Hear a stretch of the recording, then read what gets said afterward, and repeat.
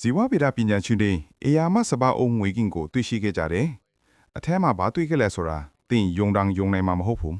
။ဖလော်ရီဒါပြည်နယ်အဗာကင်းရဲ့ပူဖွင့်တဲ့တောအုံနကြီးထဲမှာဇီဝဗေဒပညာရှင်2ဦးဟာပုံမှန်ကွင်းစင်းလေ့လာရေးတစ်ခုမှာအန်အောစရာကောင်းပြီးဝန်ဒက်စရာမြင်ကွင်းတစ်ခုကိုမမျှော်လင့်ပဲတွေ့လိုက်ရပါတယ်။နေအောင်ကြီးကြောက်ရောက်နေတဲ့နေရာတစ်ခုမှာ18ပေရှိတဲ့အေယာမမွေဟောက်တကောင်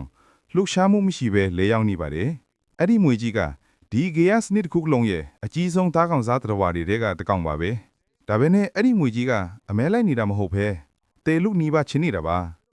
သူ့ရဲ့အလဲပိုင်းမှာကြီးမားသည့်ပုံမှန်မဟုတ်တဲ့အဖူကြီးတစ်ခုကပေါက်ထွက်မတတ်ဖောင်းနေပါတယ်အဲ့ဒီအဖူကြီးကသူ့ရဲ့ကြွက်သားအားကောင်းတဲ့ကိုခန္ဓာကိုလုံးဝလှုပ်ရှားလို့မရအောင်ဖြစ်နေစေပါတယ်ဒါဟာထူးဆန်းတဲ့ဆေးပညာဆိုင်ရာလျှို့ဝှက်ချက်တစ်ခုရဲ့အဆော့ချပြီးအန်ဒီရဲ့ရှိတဲ့ကယ်ဆယ်လေးလုပ်ငန်းစဉ်တစ်ခုကနေမမျှော်လင့်ထားတဲ့လျှို့ဝှက်ချက်တစ်ခုကိုဖော်ထုတ်နိုင်ခဲ့ပါတယ်။အဲ့ဒီလျှို့ဝှက်ချက်ကတော့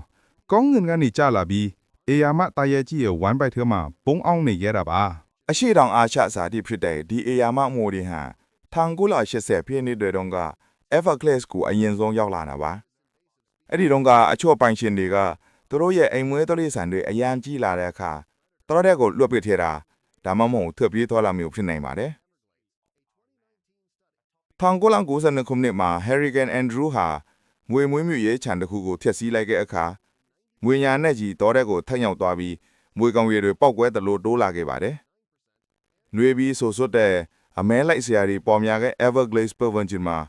ဒီမွေတွေဟာနေထိုင်ဖို့အသင့်တော်ဆုံးနေရာတစ်ခုကိုရှာတွေ့ခဲ့ပြီးနေရာယူလာခဲ့ပါတယ်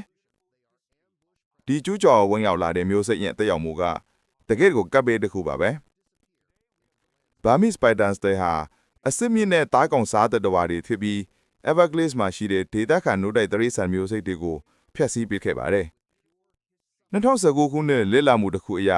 မွေကောင်ရေများတဲ့နေရာတွေမှာ Red Bone ကောင်ရေဟာ93.3%, Opossum ကောင်ရေက98.9%,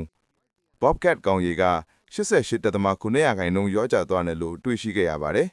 ။သူတို့က Everglades တစ်ခုလုံးကိုအရှင်းလက်စားပစ်နေကြတာပါ။မွေခိုတိုင်ကစင်ကဲပြောင်းလဲမှုရဲ့လက်ရမြောက်ဆုံးတွေပါသူတို့ဟာပတ်ဝန်းကျင်နဲ့လိုက်ဖက်တဲ့အစင်အကွက်တွေနဲ့ကောင်းငင်အောင်မှာပုံနေတတ်ကြပါတယ်အခြားတက်တဘာတွေမရင်မိပဲဖြတ်သွားတဲ့အခါအလစ်နိုင်ဆောင်ပြီးရက်ပေါင်းများစွာလှုပ်ရှားမှုမရှိပဲနေနိုင်ပါတယ်သူတို့ဟာအစိတ်နဲ့မတက်ပဲအင်အားကြီးမှန်းတဲ့ခန္ဓာကိုယ်နဲ့ဖိညစ်ပြီးတက်ဖြတ်ပါတယ်သူတို့ရဲ့အကြွက်သားအားကောင်းတဲ့ကိုယ်ခန္ဓာကိုတားကောင်တစ်ဝိုက်မှာရစ်ပတ်ပြီးနှလုံးခွန်ရက်သွားတဲ့အထိညှစ်ပစ်တာပါ